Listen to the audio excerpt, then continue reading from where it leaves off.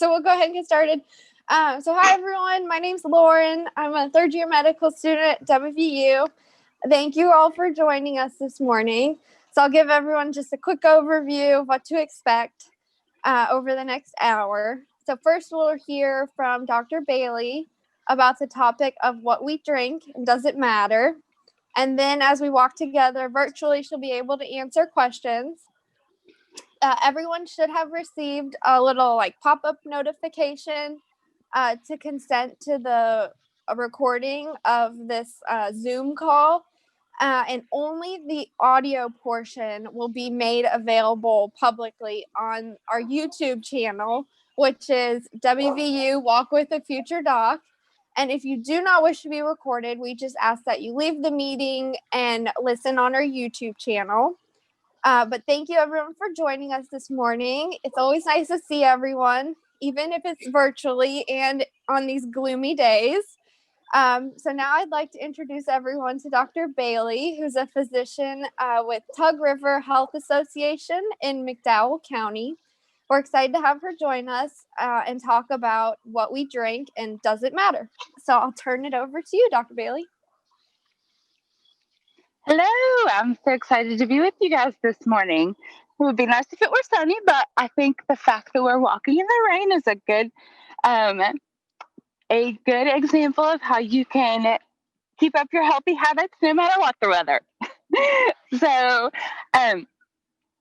like you said, I am a family physician. I'm also an obesity medicine physician with the Tug River Health Association in Pineville, West Virginia. I also work that's in Wyoming County, but I also work over in McDowell County about 1 day a week. And so I treat a lot of chronic disease like hypertension, diabetes. And about a year or so ago, I started I got my obesity medicine board certification, which, gave me more tools in my toolbox for helping those patients overcome those chronic diseases. So it's been an interesting adventure. One of my passions and one of the reasons that I started getting into obesity medicine was because I feel like I didn't have any tools in my toolbox for preventing those chronic diseases and for treating the root cause of those chronic diseases, which is, of course, obesity. So I also had a passion for understanding the root cause. And if you want to kind of dig deep into the issue of sugar consumption in the United States, you could certainly do that. But if you do that, what you'll find is that a really large amount of the sugar that we consume as Americans is not in the form of food. It's not because we're eating cakes or we're eating a lot of cookies and pies. It's actually because we're drinking it. And that's been called empty calories or empty sugar in the past. And I think that's a good way to put it, because when you drink something, you're really not noticing those calories as they go down. It's not filling you up. It goes out of your stomach pretty quickly. It's not giving you a lot of energy. Oh, I see a dog. There's a dog on my screen. How distracting, but I have it. Anyway, so you're not noticing as that goes down. So you're not getting really the benefits of those calories, but you're getting all the negative effects of them. So I thought it would be a good topic to talk to you guys about today. One, because I don't think you get enough information about it in medical school. Number two, I think it's very relevant for medical students, doctors, and patients, of course. And also because I could talk about it just off the top of my head because I talk to patients about it all the time. So I have a list of various drinks, and I think I'm just going to start going through them. And we'll kind of go through them quickly, and then we can revisit and discuss each of them if you want to. So since it is morning time, and I haven't had mine yet, let's start with coffee. So I have a saying in the office that all of my colleagues could tell you, and that is that the fact that there's no calories in black coffee is proof that there is a God. So that statement is basically true. There's maybe 1 or 2 calories in a cup of black coffee, but that's really about it. If you think about it, you're roasting a non-starchy bean and then straining water through it. So it's basically water with some non-caloric dense additives. So when you there are some health benefits to coffee, though, and of course, it does have caffeine, which is not appropriate for all patients. For example, I don't generally have my 6-year-old drink vast amounts of coffee, but coffee does have some good antioxidants in it. There's been some studies that have associated with coffee with lower risk of certain types of cancers, and it also seems to be good for liver health if you drink it black. So I love black coffee. I hope that if you don't love black coffee, you would give it a chance, because I do think it's a reasonable drink. It's definitely not unhealthy, and it may be healthy. Now, I think probably with most things, moderation is appropriate, though I will say that the evidence with liver disease is most strong among people who drink vast amounts of coffee, measured in pots instead of cups. So maybe if you're a really heavy coffee drinker, you can think that you're doing something good for your liver, but may want to think about cutting back, because anything in excess is probably not great, except water. Well, I guess water in excess is maybe not great too. So moving straight from coffee to black tea, or other types of tea. When I say black, I don't necessarily mean like this variety of tea. Green tea, of course, is wonderful too. What I mean is black tea, or tea without anything added to it. So straight tea, not sweet tea, not tea with milk, not bubble tea. I'm not sure that's even tea. But tea that doesn't have any additives in it, you can think of very similarly to black coffee. It probably has some good healthy antioxidants. It has some caffeine in it, but not as much as coffee, and is a very reasonable drink if you're trying to watch your calories and your sugar. So from tea and coffee, I'm going to move into the more unhealthy beverages, and then we'll round this out with water. So if we start to think about the more unhealthy beverages, the first one that I'm going to bring up is juice, because I have a lot of patients, especially parents of children, asking me about juice. And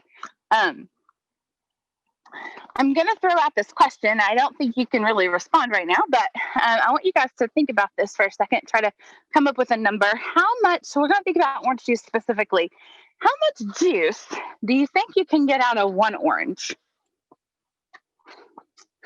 All right, hope you got your number in your head. It's about an ounce for a good orange, okay? So really big, juicy orange that's perfectly in season, give you about an ounce of orange juice, okay?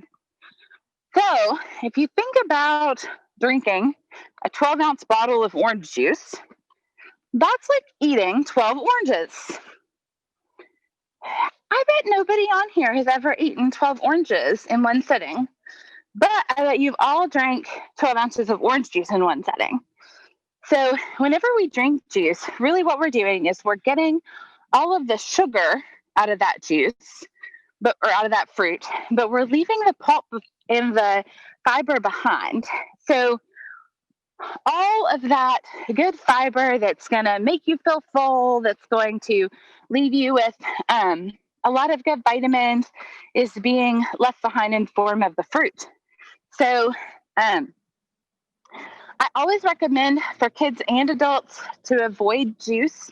Now, that is a little bit controversial. There are some good vitamins that are left in the juice. There has been an argument made that kids should be drinking some juice just for the vitamins. But my argument to that is always, kids should be eating fruits. They should be eating fruits. And if they refuse to eat fruits, give them a Flintstone vitamin. Okay. They don't need all that sugar. So I think the case against juice is pretty clear. So now I want to move in to the most notorious of drinks, at least if you're me. And I did bring a prop. Actually brought several props, so I'm headed back to my car. Let's think a little bit about soda. So I want to reassure you, I did not buy a soda for the purposes of this talk. Somebody had left this in my house. So I have a 16-ounce bottle of Pepsi here, and we're going to look at the nutrition facts, okay? First of all, I'm excited to tell you that it does have the calories labeled on the front very clearly. What it doesn't have labeled on the front very clearly is the amount of sugar. So here we go, 16 ounces of regular Pepsi. Serving size is 1 bottle. Thank goodness they're not expecting us to break this up into 3 separate servings. Total sugars, which are 100% added sugars, is 58 grams of added sugars, which, funny enough, they actually put your percent daily value. That's 116% of the amount of sugar that you're expected to have in a day. One little fun fact that I learned that I like to do with sugars, especially if I'm talking to parents about not letting their kids drink soda, there are about 5 grams of sugar in a teaspoon of sugar. So I like to divide the amount of sugar on the bottle by 5 and to see how many teaspoons. So there is 15, so 58, 10 plus number 1, there's 11 and a half teaspoons of sugar in my bottle of Pepsi. Now, I would never, ever, ever let my kid eat 11 and a half teaspoons of sugar straight, but there have been people in my family who've let my kid drink a whole bottle of Pepsi. Now, do I think he's irrevocably harmed from the whole bottle of Pepsi? No, of course not. But should he do it on a regular basis? No, definitely not. And of course, there's other stuff in here. I'm just going to read the ingredients: carbonated water, high fructose corn syrup, caramel color, sugar, phosphoric acid, caffeine, citric acid, and natural flavors. So mostly it's just high fructose corn syrup. And if you ask your liver, that is by far the worst way that you can put sugar into your body. So since we're here at my car with my props, let's talk next about Pepsi's zero sugar alternative. Okay. Now, I am not an advocate of diet sodas, but I would say they're better. Okay. So I always tell patients, if you are a soda drinker, if we can just move you from regular to diet, it's a step in the right direction. Now, eventually I want to try to get them completely off, but it is at least a step in the right direction. We could talk more about artificial sweeteners if you guys would like during the question and answer section, but I want to spend just a couple minutes on water. So I don't know what you guys see up in Morgantown, but I have a lot of patients that tell me that they don't like water. For the first couple of years of my career, I was just very resistant to that. If people told me that they didn't like water, I'd be like, your body's 70% water. How can you not like it? That's really silly. And I realized that was not a very helpful statement. It wasn't moving my relationship along with the patient at all. It wasn't making them any more likely to drink water. And so I've slowly been changing my approach, but that thought does still go through my head occasionally. So I always try to give people tools in their toolbox to help them like water a little bit more. So this is one of my personal favorite ways to like water a little bit more. Struggling with the umbrella and the prop and the phone. So carbonated water or seltzer water. This is Peach Perrier, one of my favorites. So 0 calories, 0 sugar, only includes carbonated mineral water and natural flavors. Wonderful. I brought in along another little prop, which is a box that I buy for my son on Amazon. This is hint water. If you guys haven't tried it, you should try it. It's infused water that you can buy at the store. Again, all zeros. Only ingredients are purified water and natural flavors. So it's exciting, like a juice box, but it's water. I have a lot of patients here in Southern West Virginia who drink bottled water. There's certain environmental concerns that come along with drinking bottled water, but it's certainly better than not drinking water at all. I have a lot of patients who have a lot of concerns about the purity of the water that comes tap, and rightfully so. That's a whole different talk, but you guys are more than welcome to ask questions about it during the question and answer session. And I do think that creates a barrier in them drinking water sometimes. For kids specifically, I worry about them drinking a lot of bottled water because there's not so much fluoride in that water as tap water. And there's ways to get around that I can tell you about if you'd like. So I think I'm going to leave it there. And if you guys want to open up the question and answer section, any of these subjects or any of these drinks that you guys want to know more about, I'm perfectly happy to elaborate on. Thanks so much, Dr. Bailey. That was really great. I think it set us up for a great bunch of questions to be asked. So we have some medical students and other participants on the call. So if you guys have a question to ask, what you have to do is either send it in the chat to everyone, or you can send it directly to me, and I'm Mia, or you can just unmute yourself and ask your question out loud. So when you guys are ready, we can go ahead and start with some questions for Dr. Bailey.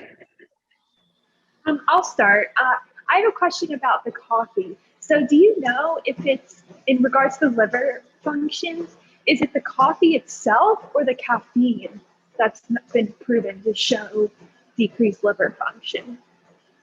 That's a really good question. And I believe it's the coffee itself.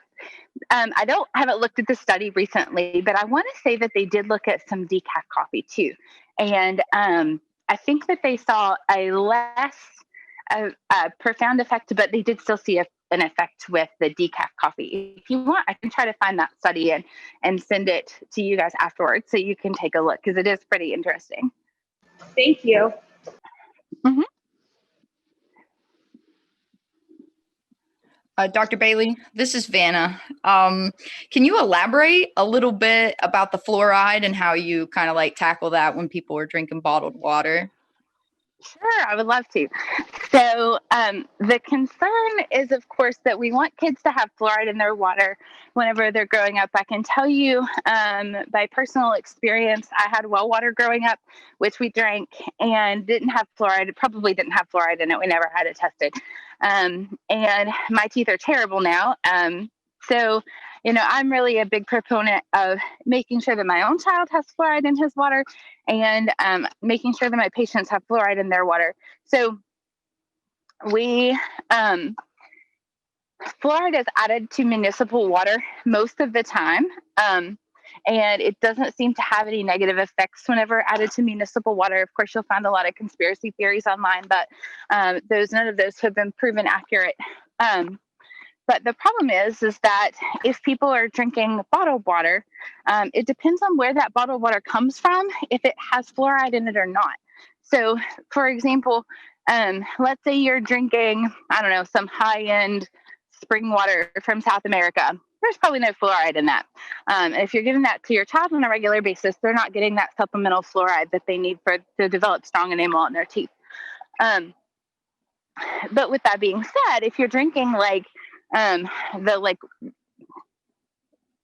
Walgreens brand of bottled water that I pulled out of my car a while ago, that's probably bottled from a municipal source, meaning that whatever bottling company put that water in the bottle, they probably just ran some tap water through a charcoal filter, put it in a bottle, and sealed it up. So that probably does have fluoride in it because charcoal filtration doesn't remove the fluoride. So it's probably in there, but there's no way for me to know for 100% because it doesn't tell me where it was bottled. It doesn't tell me. I'm not able to contact that water company and see if they're adding fluoride, things like that. So what I advise patients to do is to use their tap water that's coming into their home especially if it's water from a municipal source, but to run it through a charcoal filter, because that does remove 99% of impurities, and it especially removes any hydrocarbons or potentially cancer-causing agents, which we unfortunately do have in our water sometimes in southern West Virginia. And so it makes the water that's coming out of the tap safe to drink. But most importantly, it takes the fluoride, it leaves the fluoride in it. It takes the chlorine out, which chemically I don't really understand, but takes the chlorine out so it has a better taste, but the fluoride is still in there. So that's still very safe for children to drink, and still will have them getting their supplemental fluoride. Now, if I have patients who have well water and are drinking that, or patients who are really not comfortable doing that, there's a couple different ways they can get fluoride water. Of course, we can give them fluoride supplements, but most of my patients prefer to just acquire water that has fluoride in it. There are bottled water that has had fluoride added to it in the proper amount, and it's usually labeled as baby water. So if you go to the store and you go to where they keep like the gallon jugs of water, and you look at the water that is intended for babies, so intended for parents to make bottles with, some of that water will say with added fluoride or without added fluoride. And it's usually distilled water that's had fluoride added to it in an appropriate amount if it says that it's added. So we do recommend fluoride for children over 6 months of age. You're definitely not going to hurt a baby that's less than 6 months if you give it some fluoride. Not a big deal. Thank you. Dr. Bailey, we have some questions in the chat. So on the topic of water, so one of our participants said that she loves seltzer water and it's a substitute for soda for her. But recently her dental hygienist told her it's not great for her teeth. So do you know anything about why the dental hygienist would say that? Sure. So I'm glad that came up, because I do like to talk about teeth too. I remember the point when I realized what my habits were destroying my teeth. And I was in medical school, and I had a friend who was a dental student, and we had a little service organization, and my dental student friend decided to give a presentation to those of us in the organization about the dental hygiene. And I realized that my dental hygienist growing up had not done a great job at educating me, because what I learned from that little talk was that when you expose your mouth to something that has sugar in it, it causes your saliva to become acidic, which is damaging to your tooth enamel and can lead to cavities.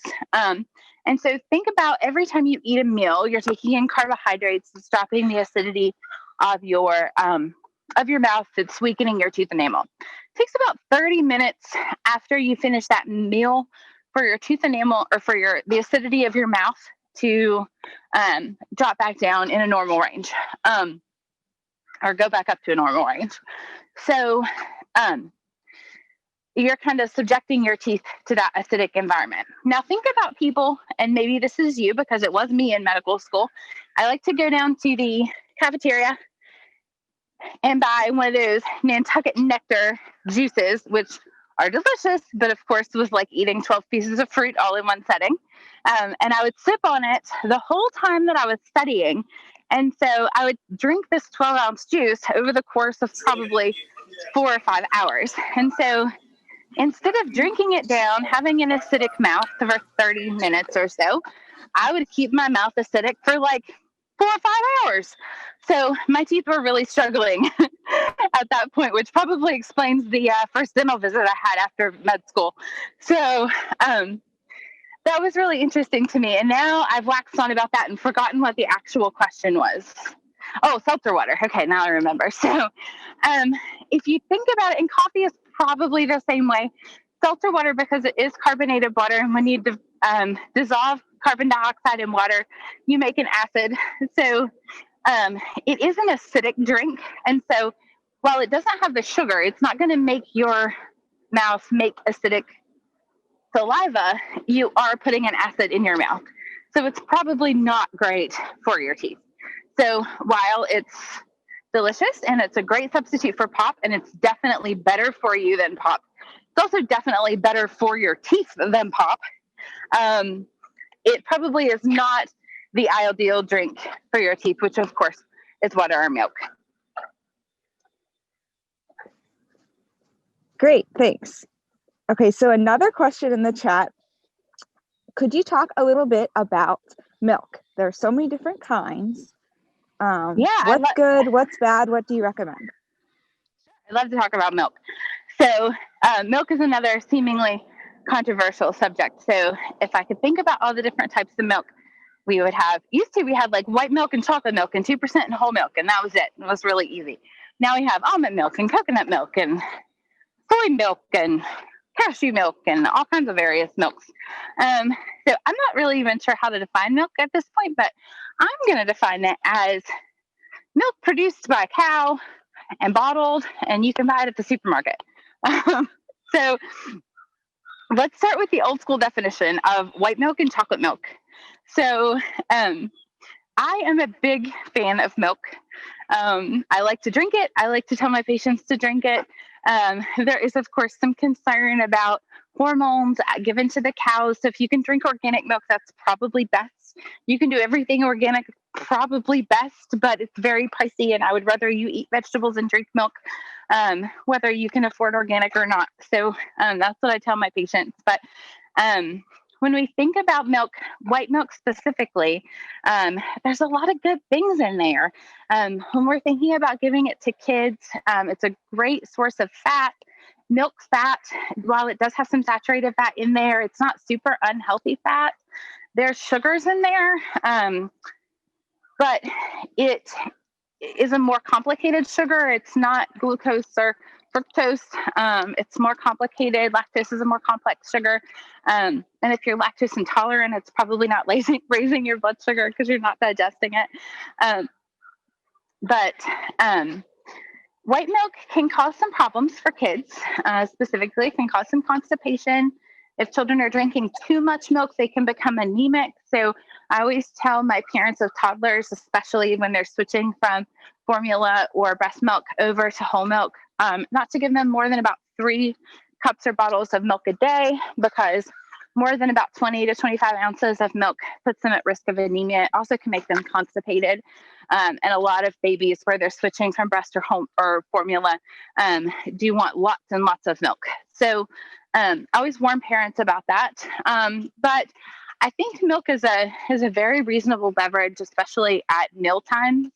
It doesn't have a lot of sugar in it, and especially if you're drinking straight white milk that doesn't have added sugar. Now, with that being said, chocolate milk, strawberry milk, flavored milks might be a good treat, might be a good dessert after dinner, but they should not be put in the same category as white milk, because they are sugary beverages. And remember that we want our children to have 0 sugary beverages a day. And preferably we want ourselves to have 0 sugary beverages a day too. So when we're adding sugar to milk, we're turning it from a relatively nutritious beverage to a sugary beverage. But all that is relative. So, there's a big difference between adding a teaspoon of Nesquik to your milk and buying a bottled chocolate milk that has as much sugar as that Pepsi that I pulled out of my car a while ago. So that is kind of regular milk now. Of course, you have all these different varieties of milk. And I tell folks that the different varieties of milk are really trying to replicate milk. So almond milk is fine. It's got some good additives. Just watch out for the added sugar in your flavored almond milks. Soy milk is okay. I don't want babies having vast amounts of soy milk because there's issues with having large amounts of soy as well. I'm a little concerned about things like oat milks that I've seen recently. I haven't got to actually pick that up and look at the nutrition contents. I've just seen it on several recipes, but I worry about how much carbs may be in oat milk. Maybe the milks will be our next juices. Maybe we're better off just to eat whatever food they come from, rather than squeeze.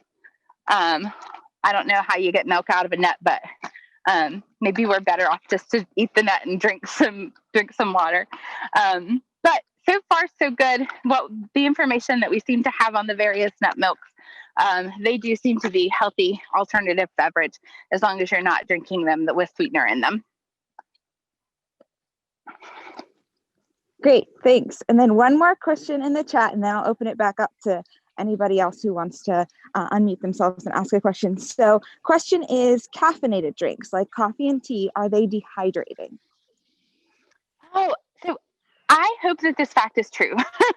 I remember learning at one point in medical school that when you drink a caffeinated beverage, and this has to be relative to the amount of caffeine in the beverage. I think it was talking about coffee, but for patients, I've used it with others because I think it's just a useful frame of reference. You can think about when you drink something with caffeine, it's going to your body's only going to see about 2/3 of it. So, for example, if I drink 6 ounces of coffee, the natural diuretic in caffeine is going to cause me to lose 2 ounces of that coffee, but I'm going to keep the other 4 ounces of water there. So a little bit, but it's better than not drinking anything at all.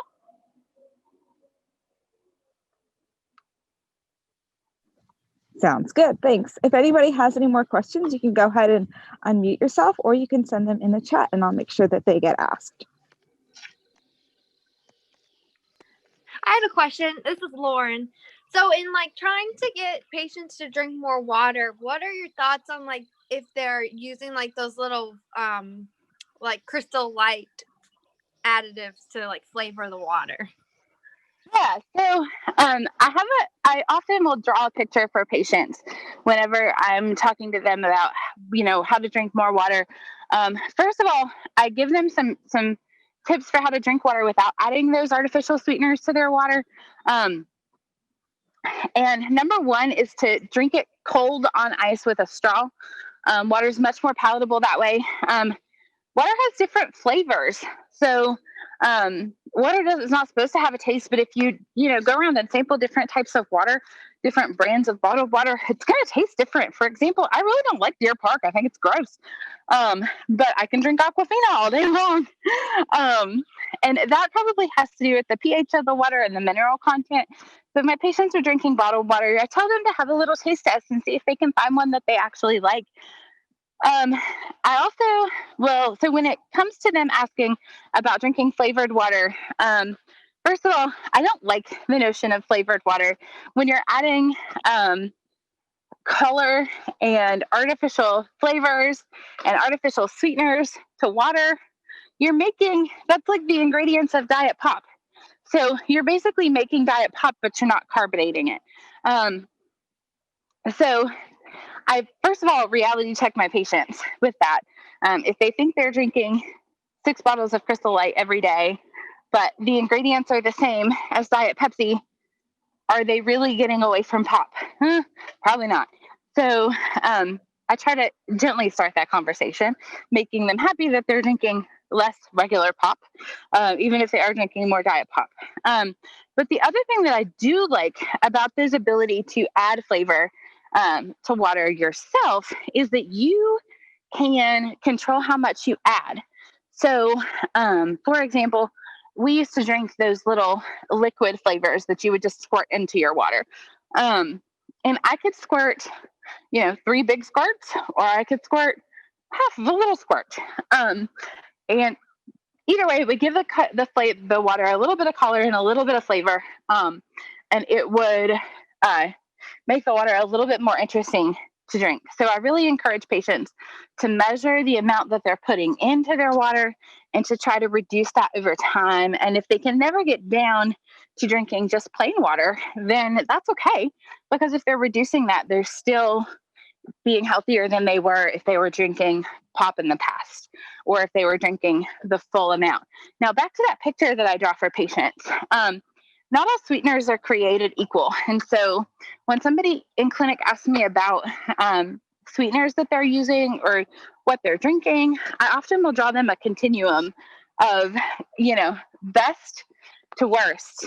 And along that continuum, the way I rank them based on experience and a little bit of knowledge is, of course, 0 added sweeteners is best. Next is probably what I call the natural artificial sweeteners. So like stevia, that's probably next. It's not made in a lab, so hopefully it's better than we'll probably find out in the next 10 years that it causes cancer, but it's hopefully best. And then after that is the artificial sweeteners. So that's things like sucralose, Splenda, saccharin, sweet and low, which you're going to find in most of those flavored waters. So some of them are sweetened with stevia. And then after that is non-sugar sweeteners, like honey, agave nectar. Those have a lower glycemic index, but they do have more fructose. So I have heard them described as the natural high fructose corn syrup, and maybe we're right about that. I don't know. I don't think we have enough data to say, but I do think of them as a little bit better than sugar because they do have a little bit of a nutritional value and they don't have as high a glycemic index. And then after that is regular old table sugar. And then after that is the high fructose corn syrup. So I hope that answered your question. The other thing that I sometimes will do is talk to patients about making their water more interesting, like doing infused water at home, adding just a handful of frozen berries to their water to add a little bit of flavor to it, a couple drops of bottled lemon juice, or there's you can buy those real lemon packets that now they have like some sweeteners in them, but originally they were just like straight dehydrated lemon juice. So you could add that lemon flavor to your water without adding any artificial sweeteners. So I hope that helps, but that's what I do. I just try to get people to wean themselves off slowly.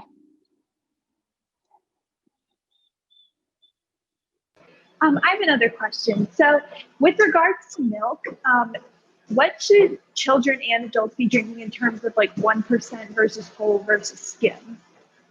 Sure. I'm glad you followed up with that because I meant to address that a while ago, but I forgot. Oh, so the answer there is it depends who you ask. So I, as an obesity medicine physician, am a little bit controversial in that I am a advocate for a low carbohydrate diet. And I actually think that a healthier diet is when you are having a higher percentage of your calories from fat, lower percentage of your calories from sugar. And so if you think about those macronutrients in the various types of milk, it changes, right? So if you're drinking skim or 1%, the vast majority of the calories in that are coming from lactose, so the milk sugar in the milk, and a little bit of protein. There is a good amount of protein, about 1 gram of protein per ounce of milk. So you're getting most of your calories from protein and from the milk sugars. Whereas if you're drinking whole milk, or 2%, and whole milk is only 3.25, I think, percent milk. I think a lot of people, or percent fat, I think a lot of people think it's a lot higher than that. But, if you compare that to 1%, it's not a huge difference. But it is, has more more calories from fat, which makes it, in my opinion, have a more favorable macronutrient makeup for weight loss. So kind of depends. I counsel patients on various types of diet. If I'm putting somebody on a low calorie diet, then I will have them drink, 1% or skim. If I'm putting them on a low carbohydrate diet, I have them drink whole milk or 2%. There have been some studies which is partially funded by the Dairy Council, which of course is not going to be totally neutral in this regard, but they've studied milk fat, and milk fat doesn't seem, and milk sugar also don't seem to add to weight gain substantially. So people who drink whole milk versus people who drink skim milk don't seem to gain more weight over time, and they don't seem to, people who switch from whole milk to skim milk don't have dramatic weight loss. So the question is kind of complicated. It depends on who you ask. It depends on what kind of diet you're trying to follow. Generally, my advice for patients who are not trying to lose weight is drink milk. It's good for your bones. It's good for your teeth. It's a non-sugary beverage. Drink whatever kind you like.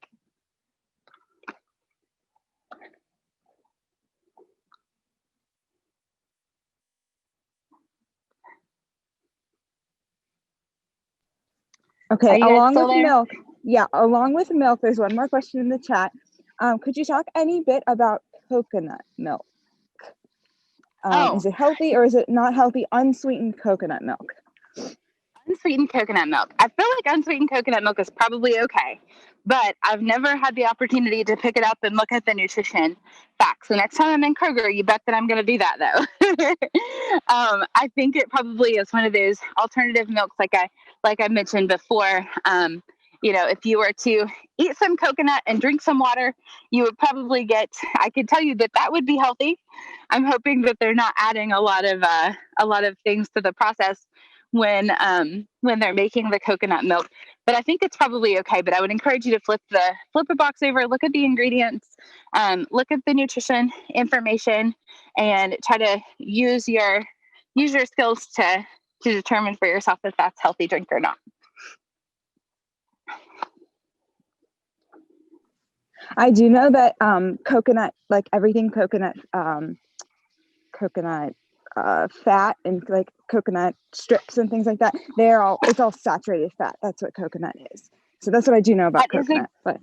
Yeah, that is a good point. So coconut oil is saturated fat. So the American Heart Association came out a couple years ago and kind of talked, said probably just eating straight coconut oil is not a great option. It shouldn't be considered a healthy fat because it's saturated fat. That was based on an expert opinion.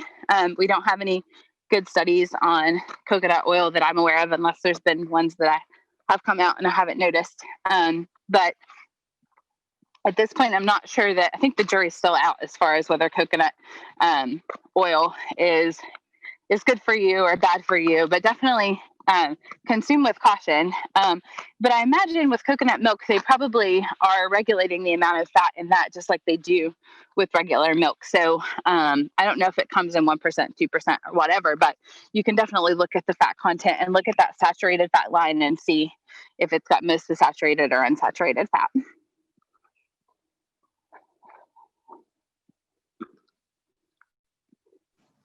All right, we are getting close to the end of the hour. If anybody has any more questions, go ahead and send them in the chat, or you can say them out loud. And if not, I can wrap up with one last question for Dr. Bailey.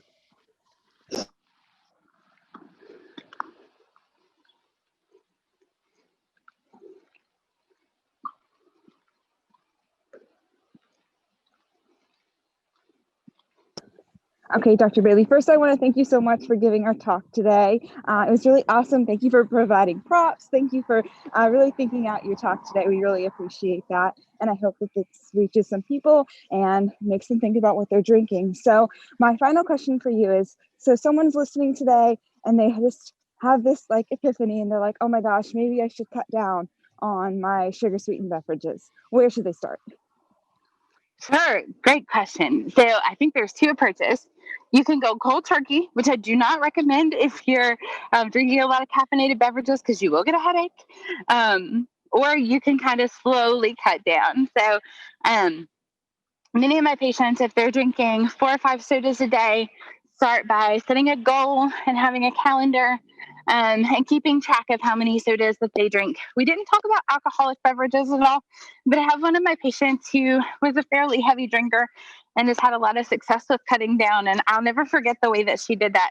She saved the tabs off of her beer cans. She would, whenever she opened a beer, she would pop the tab off and she would put it in a baggie on her fridge. And then when she came to see me once every 2 weeks as I was helping her through this, she would bring in her baggie and we would count the number of beer tabs in the baggie. So I think that could be a useful tool for keeping track of how much soda you're drinking as well. If you drink from a can, you could keep the tabs. From a bottle, you could keep your bottle caps, and just kind of keep up with how much you're drinking, but know how much you're drinking. First of all, a lot of people drink that stuff mindlessly and they really don't know. So make sure you know how much you're drinking and then make a conscious effort to cut back. If you're drinking 5 a day, go down to 4 a day for a week, and then maybe down to 3 a day, and so on. And then thinking about alternatives. I'm not a fan, like I said, of diet soda, but if you switch from regular soda to diet soda, it's probably better. If you get excited by those fancy juices, like I used to in medical school, try switching to fancy infused water. so that you have that same excitement that you have for whatever drink that you're drinking.